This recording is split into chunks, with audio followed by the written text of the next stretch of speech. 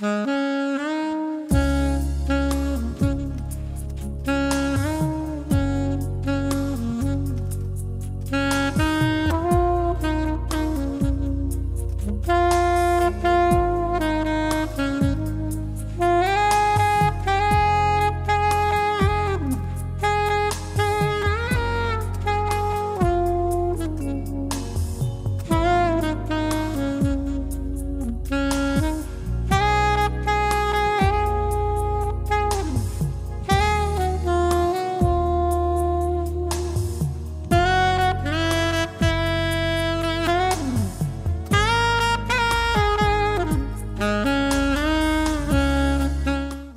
afternoon, viewers, ladies and gentlemen. Welcome to this program today.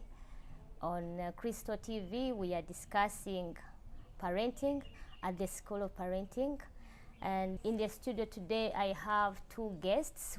And the lady right on my left is Agnes Bazageza. She's a parent, she's a mother, she's a teacher, she has experience in child development, so she will tell us more about herself in a bit. Thank you so much. Madam Agnes, please tell us a little bit about yourself. Yes, please. Good afternoon, viewers. I'm called Agnes Bazageza, and I'm delighted to be in this studio tonight. And I'm a born-again Christian. I'm a mother of a mother of three. I've been married for the last 24 years. I'm a teacher by profession, and currently I'm serving at MISD, that is Makerere Institute for Social Development, and I also have experience in development work. I worked with Compassion International for 7 years, and I'm delighted to be in this studio tonight. Oh, thank you, Madam. We are delighted today to host the author of the book which we are discussing today, I Want to Be Born, Skills in Parenting, Mr. Musasizi, Christoe Emmanuel. And he has written several books, 10 titles so far. But today our interest, what we are interested in today, is to find more about what inspired him in writing the book, I Want to Be Born. So allow me, without much ado, to introduce to you Mr. Musasizi, the CEO of Christoe TV and Wato International. Welcome, Christoe. The people are watching and they want to see what you have to say. Thank you. Firstly, before I came up with an idea of starting the parenting school, the School of Parenting, I wrote a book, I Want to Be Born book, Skills of Parenting. But before I wrote that book, I didn't have an idea concerning that. Not until one night when I had a vision and I found myself in heaven. And I could see that I was before the Father and the team of elders and a group of countless souls of babies appeared before God's presence. And they were furious. They were so mad, pleading to the Father, because in heaven, God is not called God. He is called the Father. So they were pleading to the Father to judge the earth for refusing to give birth to them. These kids were so furious and mad to their parents because they appeared like their parents had refused to give birth to them because they wanted so much to come here and serve their purpose. So they were pleading to the Father to judge their parents for refusing to permit them come here. And then I could see the Father looked at the team of the elders and was asking them, what should we do? And then one of the elders raised a point, and then he said, this is going to be a hard one, but I think it's the working alternative. If we can kill the descendants on the earth, they will consider giving birth to more kids because they think there are so many in the population. So I could see the Father buying the idea, and then instantly he commanded to release an angel from a prison. This angel was a furious angel and was imprisoned. He was in the cell and he was released, and I understood that he was the angel of death. And I understood that it was only the Father who had the power to command him out. And he could only listen to the Father's commands. And then he ordered him to come on the earth and kill a certain percentage of descendants so that we can consider giving birth to more kids. And then I was given a trumpet by an angel, and I was commanded to blow it. When I blew it, a word came out of the trumpet, and that word was, I want to be born. So the Lord told me that he had assigned me to blow a trumpet and alert the world about how heaven considers abortion. So that's when I came up with the idea of writing the book, I Want to Be Born. I received the vision and the title from God. So this is a divine purpose, and I think that God really wants what we are going to talk about for the entire world to hear it. Yes. Wow. Thank you so much, Christoe, for giving us the background relating to the book that you have written. Not so many people have written about parenting, so I believe that whoever is watching this program, whoever will come across that book, because I know so many people will have to read that book. It's really gold. Now, this takes me to the second question, Christoe. What is your say? What do you have to say about the issue of abortion, especially when it comes to safe abortion? Because if someone probably has been raped or there has been an incest case, the doctors will consider abortion being the best alternative to restore the dignity of this lady. Please comment about that, Christoe. Okay, thank you so much for that question. You know, I'm talking to a world of educated folks. People know more and they seek information, and they will always give you a reason as to why they make such decisions.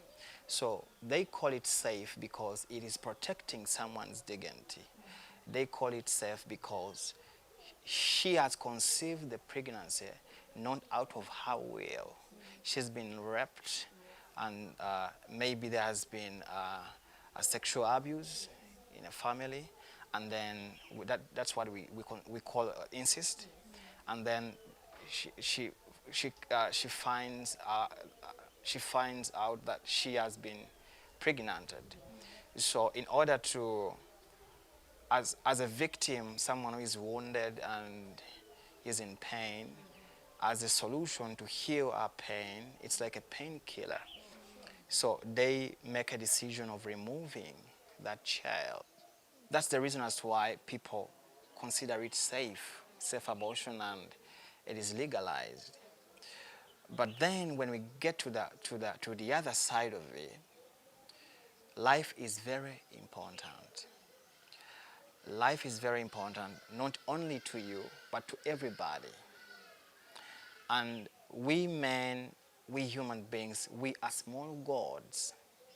God has given us a mandate to bring forth the broods. And we have the ability to give birth, and also either to give birth or to refuse.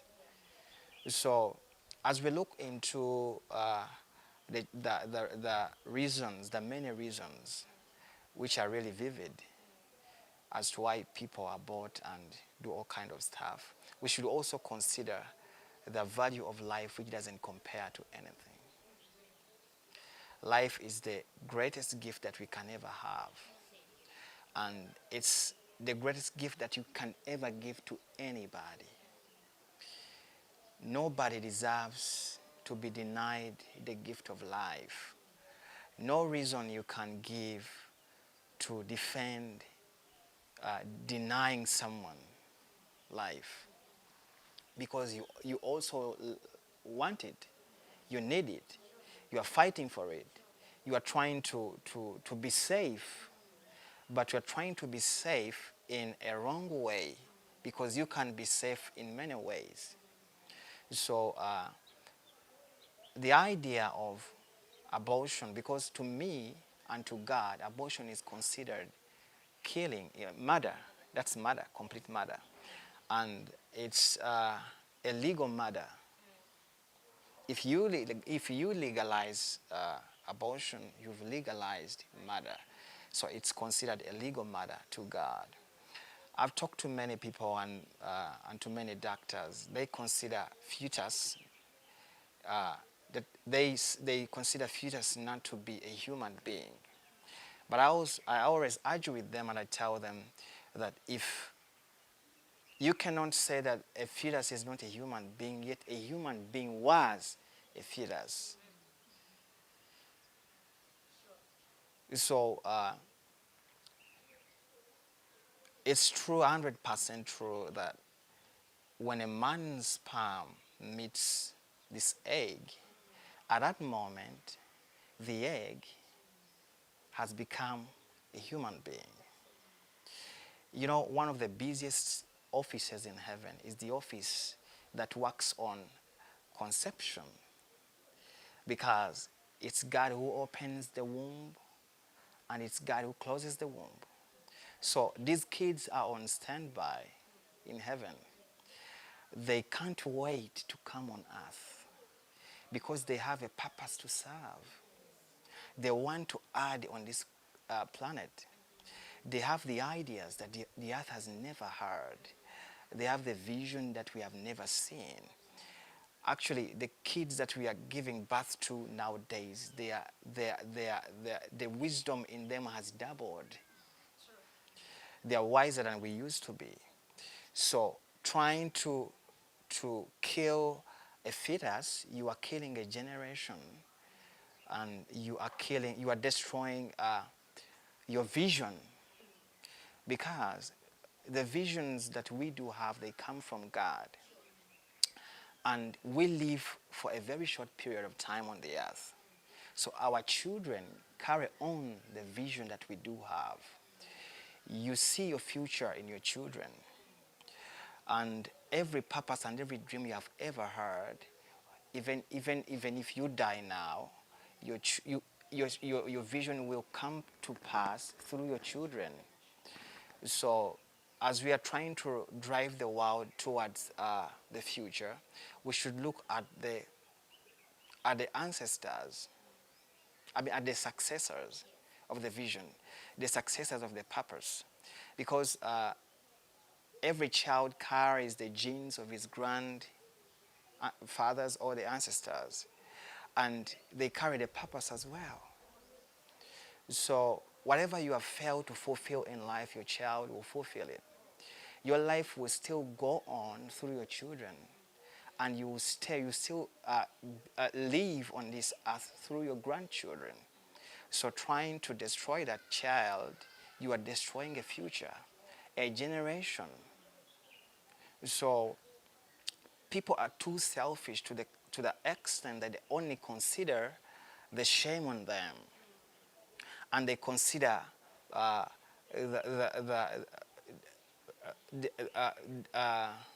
the child. I mean the protecting their dignity, their image, but to God, it doesn't matter how this child comes on the earth. Firstly, it doesn't matter how this child comes on the earth. What matters a lot, have you come? I want to come, because I could see these kids, they were so desperate to come here, and they didn't care how they come. So when we get to the point of incest and the point of rape, I don't think that I can feel small if they tell me that, because if I have been born, my mother was raped and I was born, and I'm successful in life, and God has blessed me, I'm giving an example. I don't mean that my mother was raped. I'm giving an example. If in case my mother was raped and I am living a successful life, and you come and tell me, do you know what, Christoe? I can see you are successful, but do you know how you were born? Your mother was raped. I'm telling you, I could thank that man that raped my mother. Because, yes, because if it wasn't a rape, maybe my mother had no idea of giving birth to me. Exactly. I've seen so many successful people in the world who were conceived through rape. So, Christoe, you are trying to show, to paint a picture that the how is not so important to God, but what is important to him is the what. Exactly. So, the how you've been conceived doesn't matter to God. And people should, I'm trying to talk to the people who are depressed because of the way they were born, and those who are conceived through incest or rape, that thank God for your mother that she could bear it. It's unbearable. She could bear it, the shame, and she gave birth to you, and now here you are. Your success is not determined by the way you came here. Everyone has been sent here for a purpose, and God has already planned and predestined your future, and he holds your future in his hands. Your success is not determined by your father or your parents. The fact that you are here is the foundation of your success, and God has already blessed you even before you came. So the enemy, he's fighting much to destroy the coming generation, the next generation, through abortion. This also happened in the days of Moses when he was born. Pharaoh had commanded the nurses to kill every male child. The same also applied to Jesus. After he was born, Herod commanded to kill every male child, and they were killed and destroyed. So we are in the generation of folks, but the enemy has deceived us. The devil is deceiving us. And he's trying to tell us that we are trying to be safe. To protect the way society looks at us. Yes. Christoe, pause right there, please. Allow me bring on Madam Agnes. Madam Agnes, you're a mother. Speak to the lady out there who probably has conceived this child and they are right now contemplating abortion just because maybe they want to secure a career, they want to secure their image, their dignity. Say something to them, because you're a teacher, you are a mother, you have been a development of a child. Please speak to them. All right, thank you, listeners and viewers. I just wanted to say, to add on what Mr. Musasizi has just said, that the way God looks at us, he looks at every conception as a person who has been destined to be born.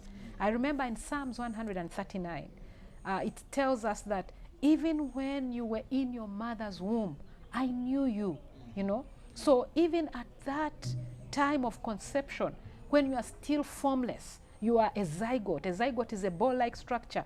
God still knew you, and he had a purpose for your life. So for any mother there contemplating to remove that child, know that this is a human being destined by God according to that vision that our brother saw. He has a purpose for that child. The how is not your problem. It's kingdom business. Kingdom business operates on different principles than us human beings. Yes. So I would encourage that mother to go ahead and give birth to that child, because God has destined it to greatness. And so no matter what the circumstances are, no matter what the situation is, that child in the eyes of God is a human being and has been destined to greatness. Oh, thank you, Madam Agnes, so much. Welcome. Christoe, I'm back with you. You see, people are now trying to strike a balance between having these children come to fulfill the purpose for which God has created them, and also giving them a decent life. That's why you see that someone will say, I have to do family planning even after or I've had only one child, or before I even give birth to any child. We are married, but we don't give birth because we want to calculate our life so well. And as they do that, some of them don't actually give birth. Comment about that, the issue of family planning. Before you even get a family, you're planning for it. What is your take?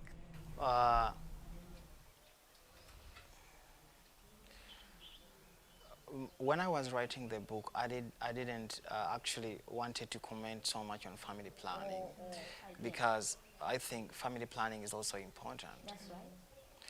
We have to plan better for the family. And considering the fact that a girl is born with around 2 million eggs, and then by the age of 30, by the age of 15 and 14, 14 and 15, she already has, she had already lost 1.5, and she has 600. So by the age of 30 years, she has remained with only 75,000. And remember that in every monopole, she loses between 400 and 500 eggs. So for a child to be born, it doesn't mean he doesn't need 2 million eggs, only one egg. But why was God's intention to give you 2 million eggs? It was, he intended it so that there can be 2 million opportunities for this child to come on this planet and serve the purpose.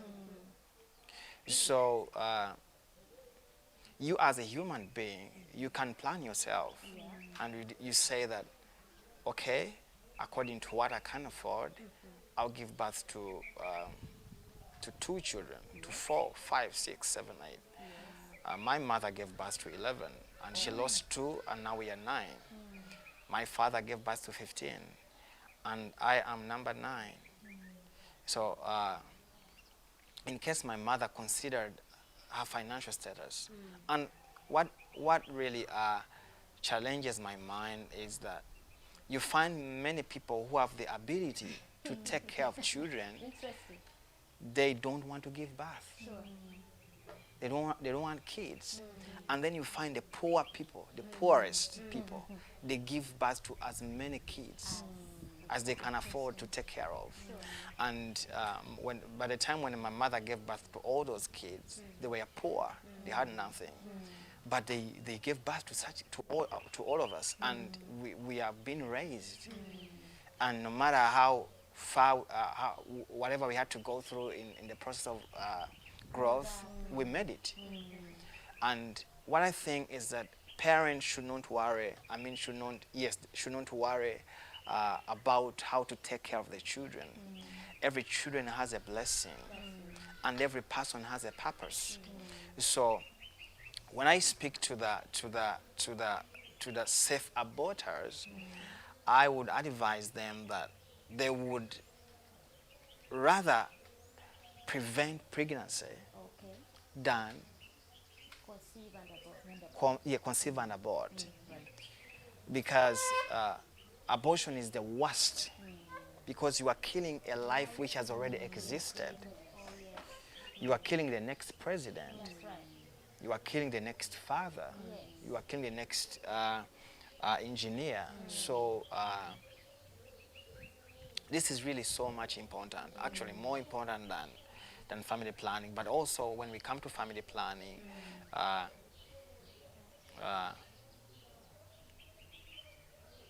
we should consider that every child is a blessing. And abortion should not be one of the measures of family planning. Actually, Christoe, you take me to something interesting that has been in my mind as you speak. There are some parents out there, they call their children abortion survivors, if I'm to put it that way. a mother tried to abort a child, but the abortion failed. The child did not get out. And so this child has been born, but the mother looks at the child. Every time they look at the child, they're like, you were supposed to be aborted. I missed it. And they treat this child with this kind of resentment just because they tried to abort them and the process was not a success. What is your take? What is your say about that? I think God was there to protect that child. Well, He was there to protect that child. I've met so many people around the world, and they have different stories. They have different stories. My mother told me a story that I've never told anyone, but I think it's important that I say it today. When she gave birth to both of us, me and my twin sister, yeah, I'm a twin, and one of the nurses in the hospital had planned to kill us, yeah, to inject us. Someone had paid her to inject us and kill us, the twins. I think that was a co-wife or something like that. And then, by the grace of God, we survived.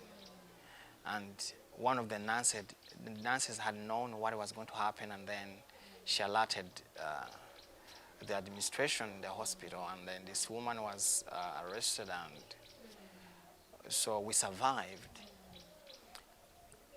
Even when we come to Jesus Himself, He's a survivor, because he was almost a victim of abortion. You see, this girl is a virgin, and now she's pregnant, and she has a boyfriend, someone trying to date her for marriage. You know, in Israel, during that period of time, conceiving when you are not married was an abomination, and you could be stoned to death. I could see how Joseph played a very unique part, being there as a father of this child that he's not actually a father to. And then he protected Mary, not only during the period of pregnancy, but also after the birth of Jesus. He had to rush the mother and the kid to Egypt. I could see that kind of protection he provided. That's why Jesus needed a father. So sometimes the ladies, these young girls, are pushed into abortion because of the men, the fathers of the kids. Some of them, they deny the pregnancy. Others, they disappear. And then the woman doesn't know who exactly impregnated her because she has slept with multiple partners. And then it comes out like she's pregnant. But then it doesn't matter, because just like I told you, when you are successful in life and they tell you that I don't even know your father, I don't think that it does make any sense where you are now. It can make sense when you are young. You try to question, who is my father? But then I also plead to the young men and girls that if your mother has not shown you your father, you shouldn't blame her for anything, but you should actually thank her that she made it for you. She was able to bring you forth, and now she's raising you. The most important point, you made it here, and you are serving the purpose. I think, Christoe, as you talk, as I wait to bring on Madame Agnes as we come to the conclusion, I think the mothers out there, when we talk about this issue of bearing the cross, you refuse to abort. The boyfriend or the fiancé tells you abort, you refuse, and he says, well, you have refused to accept abortion, you will take care of the child. I think, what do you have to tell them? What should they do? How should they stand and defend this child who has been pleading to come to the world to fulfill his or her purpose? How should they look at the whole thing? I think that before the governments and the courts of law and the health department tries to defend abortion, they should come up with an idea.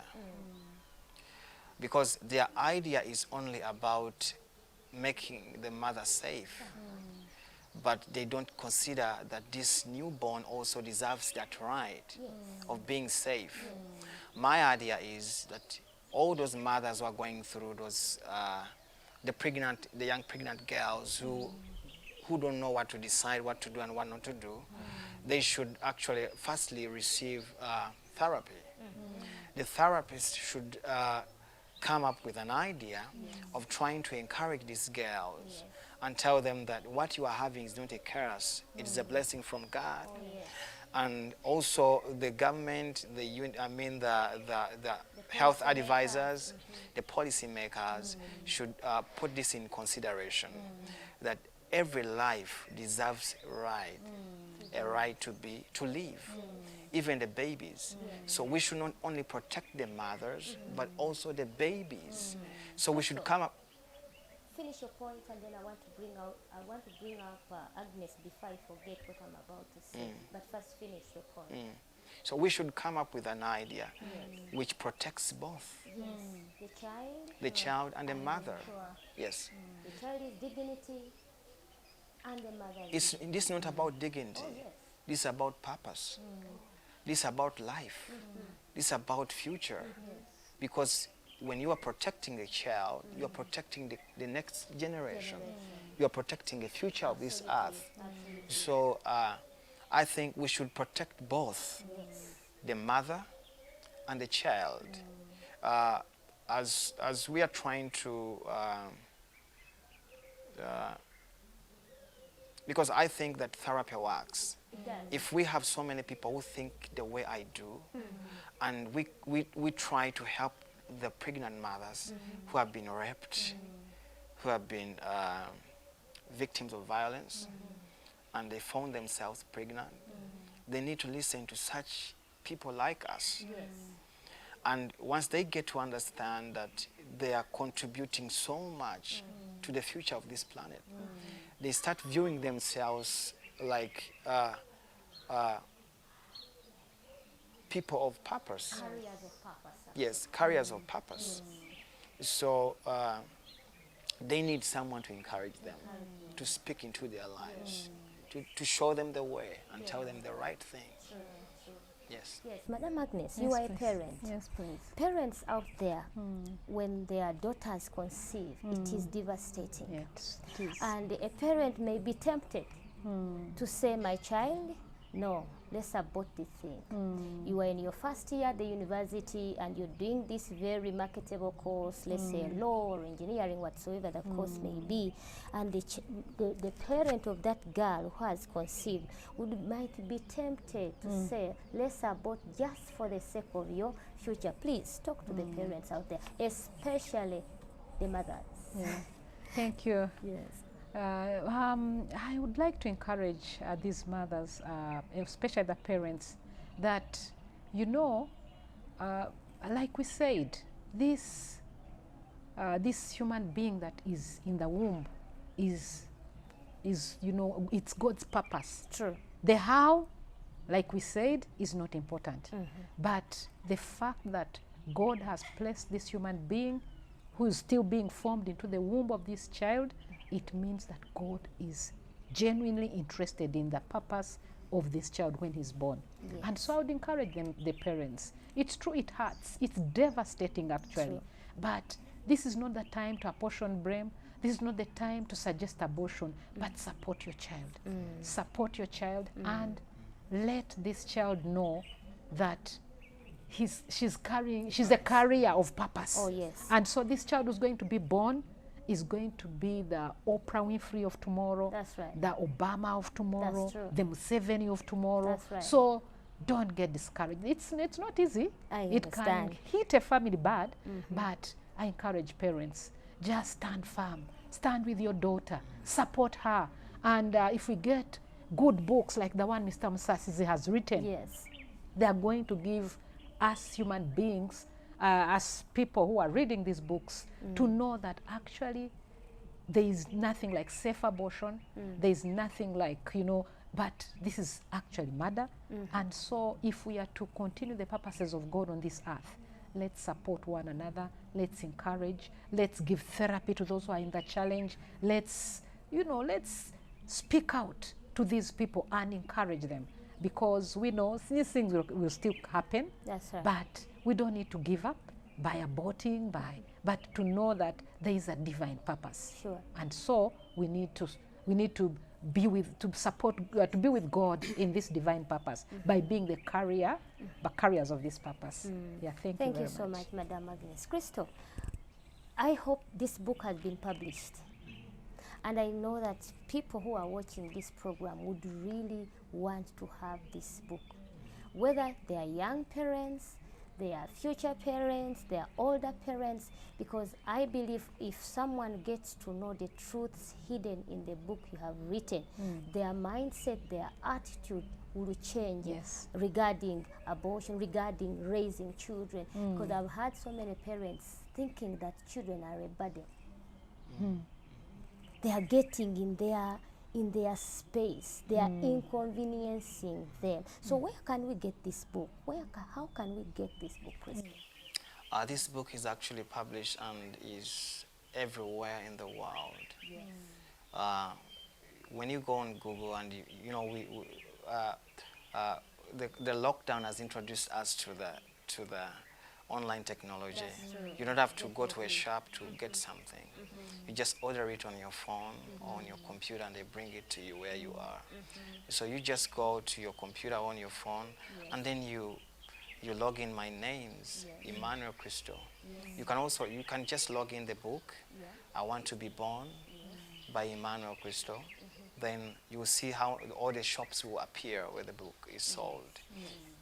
In USA, in Canada, in London, I mean in Europe and Australia and China and Japan and South America. The books are everywhere. You just order for it, you pay by your card, and then they bring it to you where you are. Thank you so much. So as we end this show, your parting shots, Madam Agnes, to the people. I'll end by thanking Christoe for listening to the voice of God. Many times people, God gives us visions and it stops there. But I congratulate him for taking a step and writing that book and listening to the voice of God and blowing that trumpet so that people all over the world will allow these unborn children to be born. They did not, it's not their mistake. Yeah, it's not their mistake that they got conceived, but let's give them a chance. So thank you, Mr. Christoe, and may God bless you, and may God bless you viewers as you subscribe and read this book, and it helps to give these unborn children a chance to be born. Thank you very much. Thank you so much, Madam Agnes. Mr. Christoe, your parting shots, and then tell us at least 5 titles. You have written 10 books, yes, I know. Give us 5 titles more, because I know that people would want to follow you, people would want to download these books, people would want to buy them. They want to really tap into that talent that God has given you. Okay.